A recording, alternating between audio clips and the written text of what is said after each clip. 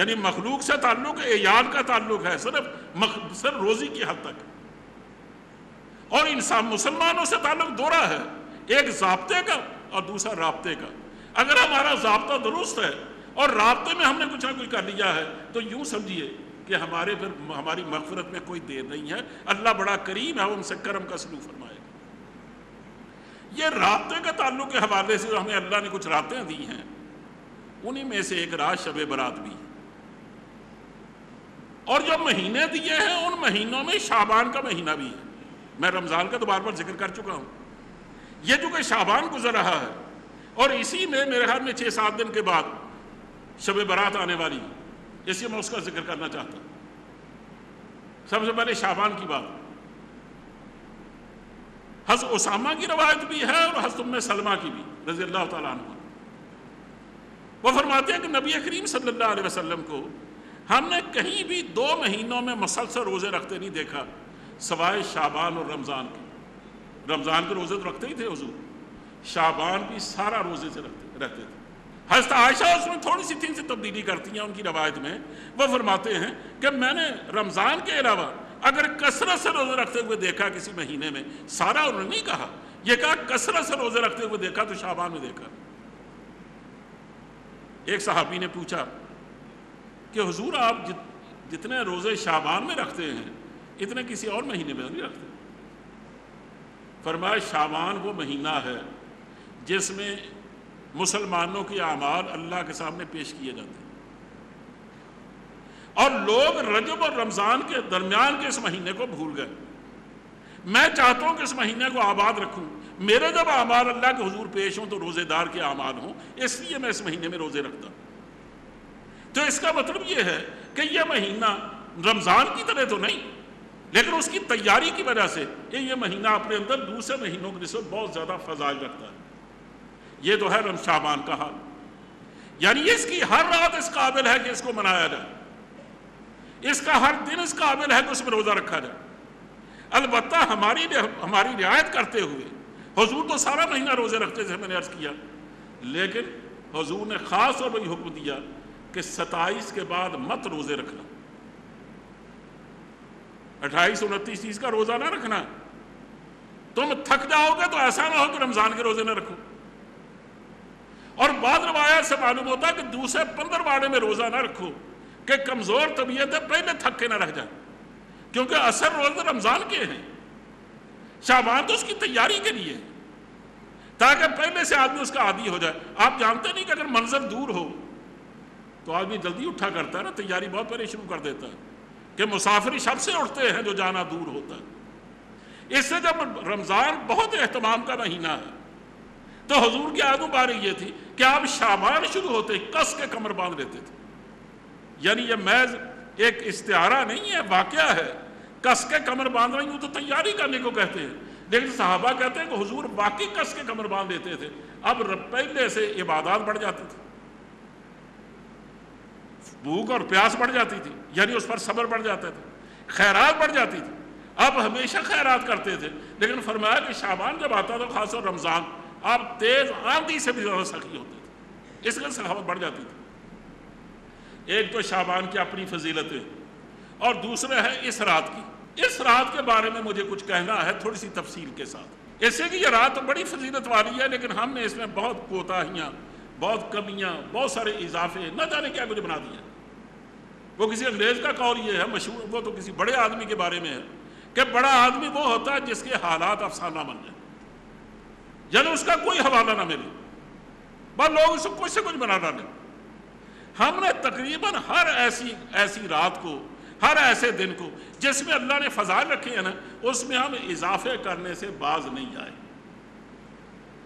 اس سے پہلے تو میں حدیث کی بات کرتا ہوں، ہاں بلکہ اور ایک بات کہوں جو ممکن ہے بعض لوگوں کو ناگوار بھی گزرے، اس لیے کہ اکثر لوگ سورہ دخان کی پہلی آیت سے 15 شعبان مراد لیتے ہیں، میں نے کثرت وہ آیت نہیں پڑھی، اس سورہ دخان کی پہلی آیت سے 15 شعبان نہیں، اس میں لیلۃ القدر مراد ہے، اس سے بھی اس میں لیلۃ المبارکہ کہا گیا۔ لیلۃ المبارکہ اور لیلۃ القدر ایک ہی چیز ہے، دونوں غلط کہتے ہیں جو 15 شعبان کو سمجھتے ہیں۔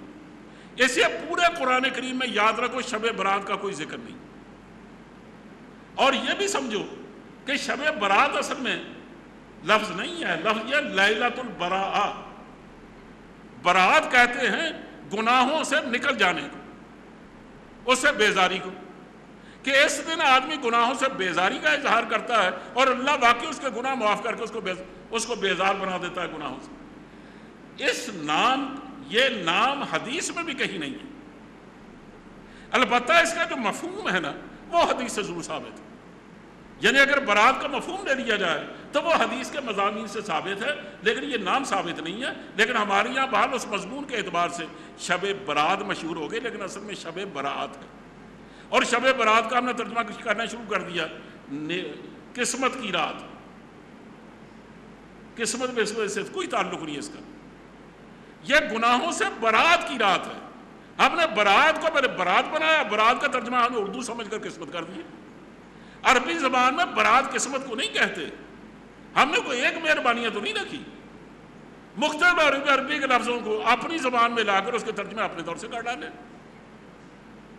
بعد حدیث میں اس کے بارے میں جو کچھ آیا ہے، اب چونکہ وقت نہیں ہے، بہت احتیاط سے میں تھوڑی سی باتیں کہنا چاہتا ہوں.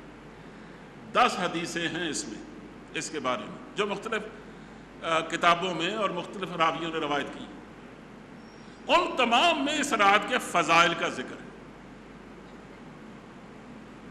لیکن اس میں جو فضائل آئے ہیں یہ نہ بھولیے کہ شاید ہی کو روایت ہوگی جس میں کچھ پوری یا آدھی یا ایک تہائی یہ باتیں نہ آئی ہوں کہ کینہ ور کو اللہ تعالیٰ اس رات میں بھی نہیں بخشتا، شرابی کو نہیں بخشتا، ماں باپ کے نافرمان کو نہیں بدلتا، متکبر کو نہیں بخشتا، جوا کھیلنے والے کو نہیں بخشتا،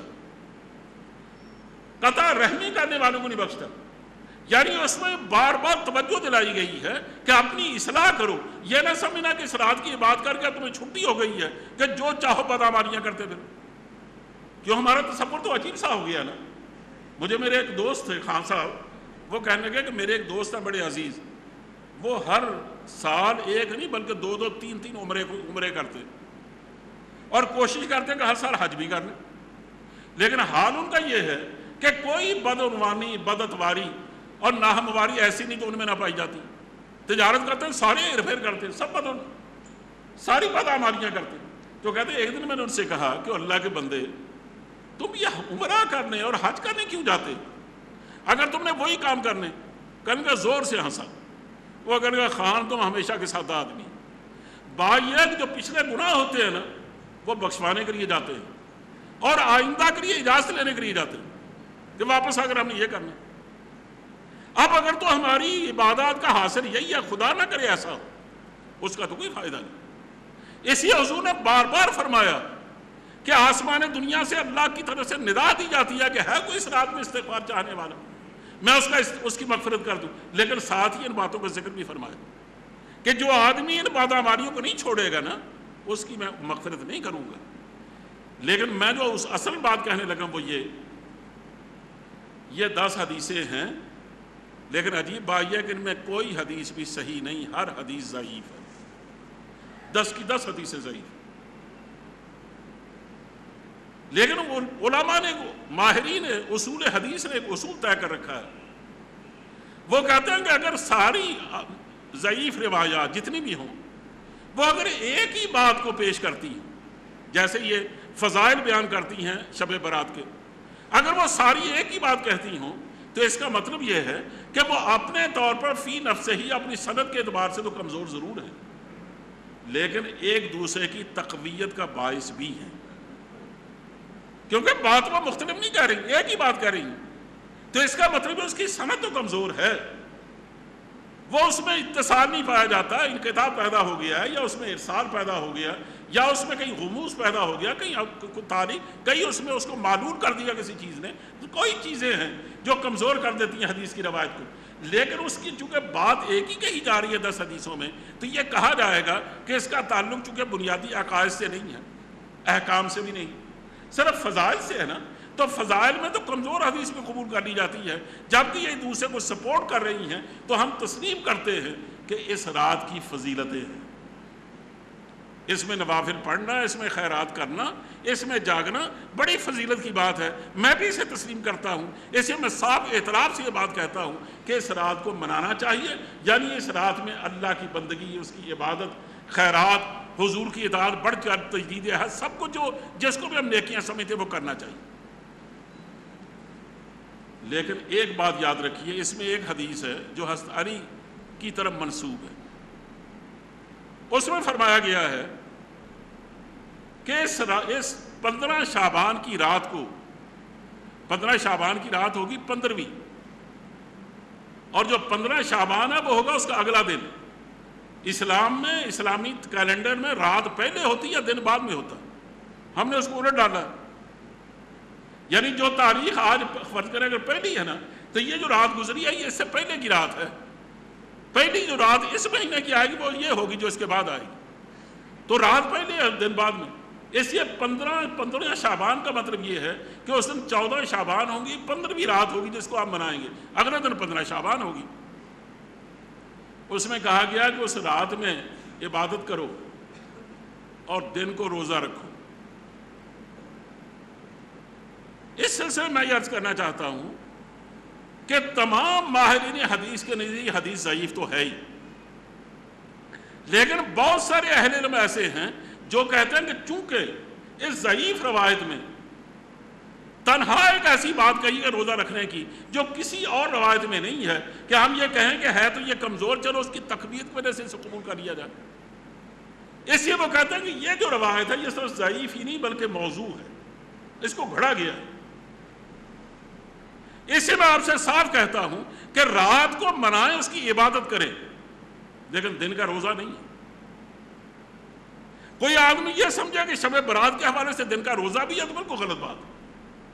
ہاں اگر وہ یہ سمجھے کہ چونکہ شعبان کے روزے بڑی فضیلت رکھتے ہیں تو میں شعبان کا دن سمجھ کر روزہ رکھوں گا، اس کے رکھنے میں کوئی حرج نہیں۔ اگر وہ پہلے سے اس کا وتیرہ ہے، عادت ہے ان دنوں میں روزہ رکھنے کی، پھر یہ ایام تشریق بھی ہیں جس میں روزہ رکھنا زیادہ فضیلت رکھتا ہے، اس حوالے سے کوئی روزہ رکھ لے تو کوئی حرج کی بات نہیں۔ لیکن اگر کوئی یہ سمجھے کہ شب برات سے اس کا تعلق ہے تو یاد رکھو بالکل نہیں۔ اس میں ایک راوی ہیں غالباً جس کا نام عمر بن عبداللہ ہے، اس کو تحفۃ الاحوذی نے، جو مشہور ماہر حدیث سمجھے جاتے ہیں، اس کے مصنف نے یہ کہا کہ یہ وہ صاحب ہیں جن کی شہرت یہ تھی یہ حدیثہ گھڑا کرتے تھے، اس لیے ہم ان کی حدیث کو قبول نہیں کر سکتے۔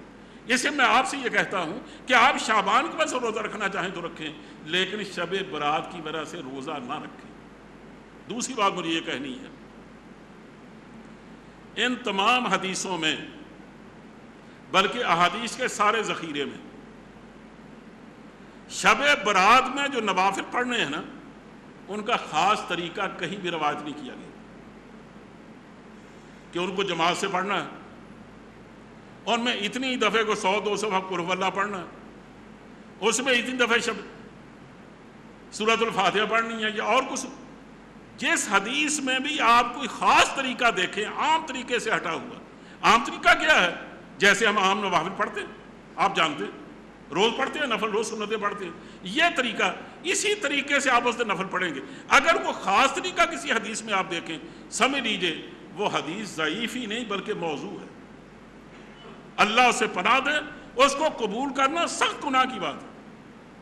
لیکن میں اس کا کیا کہوں، میں پہلے بھی ایک دن بڑے درد سے یہ بات کہہ چکا ہوں، بلکہ میں حوالہ بھی دے چکا ہوں کہ میں نے ایک اخبار کے چیف ایڈیٹر سے گلہ کیا کہ یہ موضوع روایات پر مبنی جو مضامین آتے ہیں آپ ان کو چھاپتے ہیں، آپ گناہ گار نہیں ہوتے؟ کل کو اللہ کو کیا جواب دیں گے؟ وہ کہتے ہیں آپ دیکھ لیجئے کتنا بڑا نام ہے جو یہ مضمون لے کے بھیجا ہے، ہم نے تو اخبار بیچنا ہے نا، ان کے مضمون کو دیں گے تو ان کے فالوور جو ہیں وہ اس کو دے کر خرید دیں گے، ہمیں تو اخبار بیچنا ہے، یعنی یہ کاروبار ہے۔ ہم یہ سمجھتے ہیں کہ وہ لوگوں کی ذہنی تربیت کر رہے ہیں، ذہنی تربیت نہیں کر رہے، وہ اپنا کاروبار کر رہے ہیں۔ وہ لوگ گئے ظفر علی خان جیسے، محمد علی جوہر جیسے، جو عقیدہ سمجھتے تھے اس اخبار کو، اس کی قربانیاں بھی دیتے تھے۔ تو خیر کہنا ایک تو یہ بات کہنی ہے کہ جو نفلی عبادت بھی ہے، کوئی سنت بھی ہے، اس کا ادا کرنا سنت کے مطابق اگر ہوگا تو وہ اجر و ثواب کے مطابق ہوگا، اور اگر ہم اسے اپنے طور سے کو رنگ پہنا لیں گے تو اس کو بدعت کہتے ہیں، اور بدعت پر چلنا اپنے آپ کو جہنم میں پہنچانے والی بات ہے۔ حضور فرماتا کل بدعت ضلالہ، وَكُلُّ ضَلَالَةٍ فِي النَّارِ، ہر نئی بات جو میں نے نہیں کہی، میرے صحابہ نے نہیں کہی، سلف صالحین نے کبھی اس پر عمل نہیں کیا، تمہیں کسی نے بتا دیا، تم اس پر عمل کرنے لگے ہو، کہا یہ بدعت ہے، اور ہر بدعت گمراہی ہے، اور وہ گمراہی تمہیں جہنم میں پہنچا کے چھوڑے گی۔ اسے جب ایک آدمی کسی بھی نئی بات کو جو سنت نہیں ہے لیکن وہ سمجھتا کہ اس کے کرنے میں اچھائی ہے، وہ کبھی اس سے توبہ نہیں کرتا۔ برائی سے آدمی توبہ کر لیتا ہے، لیکن جس غلط بات کو اچھائی سمجھ کے کرتا ہے اس سے کبھی توبہ نہیں کرتا۔ اسی لیے حضور نے فرمایا تھا کہ بدعتی آدمی کو کبھی توبہ کی توفیق نہیں ہوتی، وہ کرتا ہی نہیں ہے تو توبہ کی توفیق کہاں ہوگی۔ اسی ایک بات تو یہ پلے باندھ لیجئے کہ آپ نے ان راتوں کو زندہ رکھنا ہے، لیکن رکھنا کس طرح ہے؟ سنت کے مطابق، جیسے ہمارے سلف صالحین کرتے تھے۔ اور وہ کیا کرتے تھے کہ راتوں کو عشاء کی نماز سے لے کر صبح تہجد تک مصلی پہ رہتے تھے، اور اگر کوئی کمزور آدمی ہے نا تو وہ رات کی نماز، عشاء کی نماز باجماعت پڑھنے کے بعد اللہ سے دعا کرتا اور معافی مانگتا وہ سو جاتا تھا کہ یا اللہ میں جاگ نہیں سکتا، میں کمزور ہوں، تو اسے قبول فرما لے۔ اور صبح اٹھ کے تہجد پڑھتا تھا اور فجر کی نماز جماعت سے پڑھتا تھا، تو اللہ تعالیٰ فرماتے ہیں کہ میں اپنے فضل و کرم سے اس کو ساری رات کا عبادت گزار قرار دوں گا، بے شک وہ نہیں جاگا رات کو چونکہ اس کی معذوری ہے۔ لیکن دوسرے عام طور پر ہمارے بزرگان دین وہ کیا کرتے تھے کہ اس رات کو نوافل پڑھتے تھے، قرآن کریم پڑھتے تھے، دعائیں مانگتے تھے، استغفار کرتے تھے، لوگوں کی بھلائی کا کام کرتے تھے۔ یہی کام کرنے ہیں اس رات تو شوق سے کریں، ہم مجھے بھی اپنی دعاؤں میں یاد رکھیں اور اپنے بڑوں کو بھی۔ یہ ہے اس رات کو منانے کا طریقہ۔ دوسری بات مجھے کہنی ہے وہ یہ ہے کہ دین اصل میں اتباع رسول کا نام ہے اور کسی چیز کا نہیں۔ بظاہر ایک چیز بڑی اچھی ہے لیکن حضور اچھا قرار نہیں دیتے۔ آپ اسے اس لیے کہتے ہو، یہ ہمارے یہاں بڑی دلیل سمجھی جاتی، وہ کہتے ہیں جناب اس میں حرج ہی کیا ہے، دیکھو نا کتنی اچھی بات ہے۔ اس میں حرج یہ ہے کہ آپ نے سنت کا راستہ چھوڑ دیا، آپ بدعت کے راستے پہ چلنے کے لیے۔ مثلا میں ایک مثال دیتا ہوں، ایک آدمی کسی ایسی جگہ ٹھہرا ہوا تھا اپنی بیمار بیوی کو لے کر کہ جہاں قریب قریب اس کے اور کوئی مکان نہیں تھا، یوں سمجھے بالکل تنہا تھے وہ لوگ۔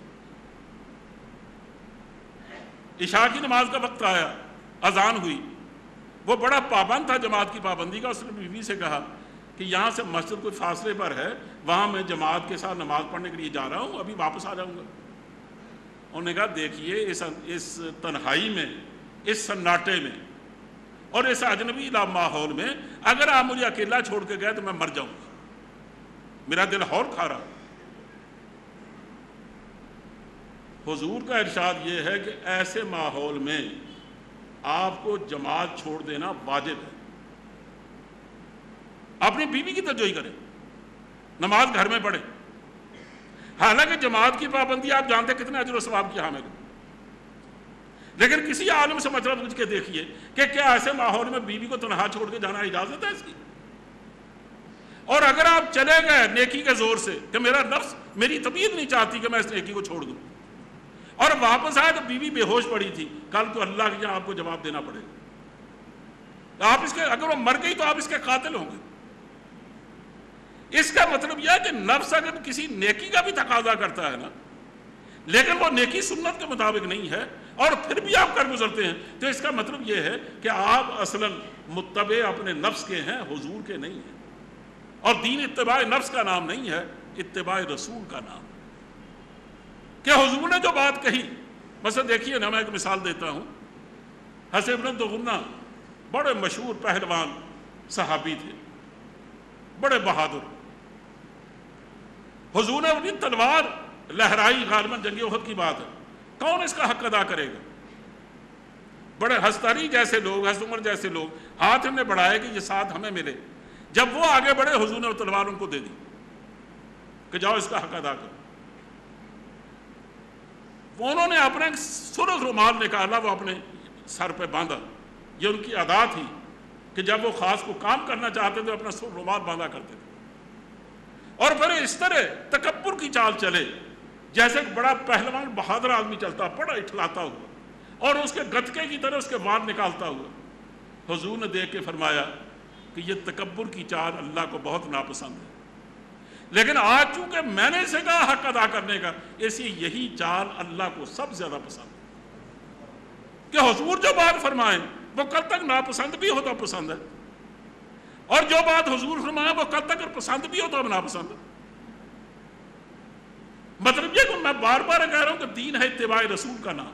تیسری بات میں یہ کہنا چاہتا ہوں کہ صرف یہی نہیں کہ سنت کی پیروی کرنا ضروری ہے تو یہ مشکل بات آپ کی شاید گرفت میں نہ آئے، لیکن یاد رکھ لینے میں کیا حرج ہے کہ دین کے جتنے احکام ہیں سب کا سٹیٹس ایک نہیں ہے، سب کے مراتب ایک نہیں ہے۔ یہ بات تو آپ جانتی ہیں، یہ فرض ہے، یہ واجب ہے، یہ سنت ہے، اور یہ مستحب ہے، یہ اس کے سٹیٹس ہے، مراتب ہے اس کے۔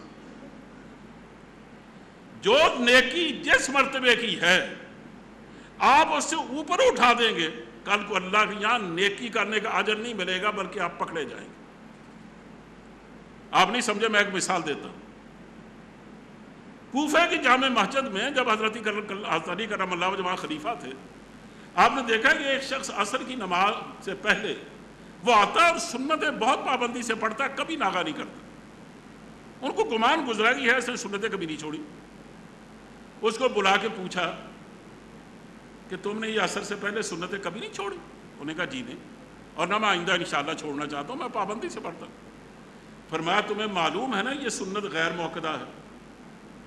غیر موقدہ کا مطلب ہے کہ حضور نے اس کی پابندی کا حکم نہیں دیا، خود حضور نے کبھی پڑھی کبھی چھوڑ دی، تو تم اس کا مرتبہ اوپر اٹھا کر موقت بنانا چاہتے ہو کہ حضور نے تو اس کو بنایا غیر موقدہ، اور تم اپنے عمل کی پابندی سے اس کو موقدہ بنانا چاہتے ہو۔ فرمایا آئندہ میں نے اگر دیکھا کہ تم کبھی نہیں چھوڑتے اسے تو میں تمہیں سزا دوں گا۔ کہ ہمارے دور میں اگر یہ سٹیٹس بدلنے لگا دینی احکام کا تو آئندہ چل کر کیا ہوگا؟ اس کا مطلب ہے کہ جو حکم جس درجے کا ہے، مثلا کبھی آپ دیکھیں حضور نے ایک کام ایک مرتبہ کیا، آپ نے روزی کرنے شروع کر دی، یہ آپ نے کہاں سے نکالا؟ مثلا عائشہ کہتی ہیں کہ میں نے حضور کو گھر میں نہیں پایا، اگر یہ حدیث ضعیف ہے، کمزور ہے، اور اس لیے علماء یہاں قابل قبول بھی نہیں سمجھی جاتی، لیکن میں قبول کرتے ہوئے یہ بات کہتا ہوں کہ انہوں نے دیکھا کہ حضور گھر میں نہیں ہے رات کو۔ اب وہ تلاش کرنے نکلی، خیال آیا کہ ہو سکتا ہے کہ جنت البقیع میں چلے گئے، جو قبرستان تھا۔ گئے تو حضور وہاں سے نکل رہے تھے۔ انہوں نے حضرت عائشہ کو دیکھا تو حیران ہوئے، تو کہا میں پریشان ہو گئی تھی جب میں نے دیکھا کہ آپ نہیں ہیں، تو اسی میں آپ کو ڈھونڈتی ہی آ گئی۔ تو آپ نے کہا عائشہ تمہیں معلوم ہے آج کی رات کون سی ہے؟ یہ شب برات کا ذکر کیا، اس کی فضیلت بیان فرمائی۔ یہ کام حضور نے زندگی میں صرف ایک دفعہ کیا، اور وہ بھی اس طرح تنہا کہ اپنے گھر والوں کو بھی نہیں بتایا۔ اب ہمارے مولوی صاحب نے کیا کرنا شروع کر دیا کہ انہوں نے معاشرے کا ہنگامہ کھڑا کیا، دیگیں پکائی، چائے پک رہی ہے، کھانا تیار ہو رہا ہے، سب کو جمع کر کے قبرستان لے جایا جا رہا ہے، اور یہ ہر سال یہ عمل کیا جا رہا ہے۔ اس میں سوائے اپنی ذاتی کوریج کے بتائیے آپ نے سنت کا کیا حشر کیا؟ کہ جو مقام اس کو حضور نے دیا تھا وہ تو تھا زندگی میں ایک رات، اور وہ بھی انفرادی لحاظ سے کانوں کان خبر نہ ہو، اور آپ نے کیا بنا دیا اسے؟ اس لیے امام ابو حنیفہ رحمۃ اللہ علیہ فرماتے ہیں کہ عیدین کے سوا، عیدین، صلاۃ الخسوف، صلاۃ الکسوف، صلاۃ الاستسقاء کا یہ چند نمازیں ہیں جو حضور نے جماعت سے پڑھائی ہیں الگ نوافل۔ باقی کسی نفل کی نماز کی حضور نے اجازت نہیں دی، وہ اس کو مکروہ تحریمی کہتے ہیں۔ اور ہم کیا کرتے ہیں؟ ہم نفلیں اول تو پڑھتے نہیں نفل، اور پڑھیں گے جماعت کے ساتھ پڑھیں گے تو نیند آ جاتی ہے، اس سے ہمارا جی لگ رہا ہے، جی کیا لگ رہتا ہے کہ میلہ لگ رہتا ہے۔ اس کا مطلب ہم عادی ہو گئے ہیں اس بات کے کہ جس طرح کام حضور نے کیا اس طرح ہمیں ہضم نہیں ہوتا۔ ہم جب بھی کریں گے اس میں کوئی کمی بیشی کریں گے، جبکہ اس سے سنت پامال ہوتی ہے اور آن حضرت سے تعلق کمزور پڑتا ہے۔ اگر حضور سے بے پناہ محبت ہے کہ اس کی اداؤں پر آدمی فریفتہ ہو، ان کی ایک ایک ادا پر جان دے، اس میں آدمی کمی بیشی کیوں کرے؟ یہ تو خیر وہ باتیں ہیں کہ جو میرے خیال میں عام طور پر نہیں کہی جاتی، میں نے کہہ ڈالی ہیں، لیکن ایک بات ایسی ہے کہ جس کو کہنا کوئی ضروری بھی نہیں، لیکن عمل ہو رہا ہے اس پر، کہ 15 شعبان جب آتی ہے، یعنی وہ رات آتی ہے، تو وہ عبادت، میں کہہ چکا ہوں وہ عبادت کی رات ہے۔ ہم نے اس کو حلوے کی رات بنایا، پوڑیوں کی رات بنایا، مہمانوں کو جمع کرنے کی رات بنایا. وہ نفلی عبادت کی رات ہے، آپ نے ایک ہنگامہ کھڑا کر دیا. آپ خود دیانتداری سے کہیں، جو آدمی کھا پی کر وہ کھلا پلا کر کوشش کرے گا کہ اب میں جاگوں اور نفل پڑھوں، وہ جاگ سکتا ہے؟ پیٹ خالی ہو تو آدمی جاگتا ہے، اور جس میں 2-4 پلیٹیں داخل کی جائیں حلوے کی، وہ آدمی کیسے جاگ سکتا ہے؟ اور پھر ہمارے لوگوں نے، اللہ ان مولوی صاحبان کو ہدایت دے، انہوں نے ہر بات کو کچھ نہ کچھ عجیب و غریب اس کو لبادہ اڑا رکھا. وہ کہتے ہیں کوئی اللہ والے تھے، ان سے ان کے مرید نے پوچھا، خط لکھا کہ حضرت یہ راز سنا ہے، اس میں بڑا اللہ کا نور برستا ہے. تو انہیں جواب میں لکھا کہ ہاں، اس رات میں اللہ کا جلوہ ہوتا ہے، لیکن ہماری خوش قسمتی کہ جلوے کا نقطہ رہ گیا، حلوہ ہو گیا. اب وہ خط ہمارے لیے سنت ہے سب سے بڑی، لیکن اس کا اس کے سوا اور کیا کہا جا سکتا ہے کہ وہ دعا لکھتے رہے اور ہم دغا پڑھتے رہے. ایک نقطے نے ہمیں محرم سے مجرم کر دیا، تو ہم باقی آج مجرم بن کے کھڑے. اس لیے اگر ہم نے واقعی اس رات کو منانا ہے نا، اپنے بچوں کو آتش بازی سے روکیں. آتش بازی کا مطلب شیطان کو دعوت دینا ہے اور فرشتوں کو ہٹانا ہے. فضول خرچی بھی ہے جو حرام ہے. دوسرا، یہ حلوہ پوڑیاں ضرور کھائیں آپ کو، حرام نہیں ہے یہ، لیکن ایک دن آگے پیچھے کر لیں. اس دن اگر آپ نے عبادت کرنی ہے تو اس کے ساتھ اس کا میل نہیں ہے. آپ ایک دن پہلے ہنگامہ کر لیں، 2-4 دن بعد میں کر لیں. مقصود تو دوستوں کو بلانا ہے نا، تو ضروری ہے کہ اس رات کو خراب کیا جائے. پھر منڈیروں پر ہم دیے جلاتے، وہ کیوں؟ حالانکہ میں جانتا ہوں یہ دیے، ایک صاحب سے میں نے پوچھا کہ یہ آپ کیوں کرتے ہیں ایسا، اور یہ حلوہ کیوں کھاتے ہیں، کیوں پکاتے ہیں؟ انہوں نے کہا کہ آپ کو معلوم نہیں ہے کہ اس رات میں نبی کریم صلی اللہ علیہ وسلم کے جنگ احد میں دانت شہید ہوئے تھے، تو حضور نے حلوہ پکوا کے کھایا تھا. ایسے کہ دانت ٹوٹ جائے تو آدمی سخت چیز تو نہیں کھا سکتا. اولاً تو یہ بات کہ آج تک عرب میں اس حلوے کا رواج نہیں ہے، وہ حلاوہ ہے جو اور طرح بنتا ہے. خیر میں اس بحث میں نہیں پڑتا، لیکن اس بات کا کیا کیا جائے کہ جنگ احد شوال میں ہوئی تھی اور یہ شعبان میں آتی ہے رات. کیا حضور کو معلوم تھا، یعنی اطلاع حضور کو مل گئی تھی کہ 2 مہینے بعد آپ کے دانت ٹوٹنے والے، آپ 2 مہینے پہلے حلوہ کھا رہے؟ یہ کیا تماشا ہم نے بنا دیا.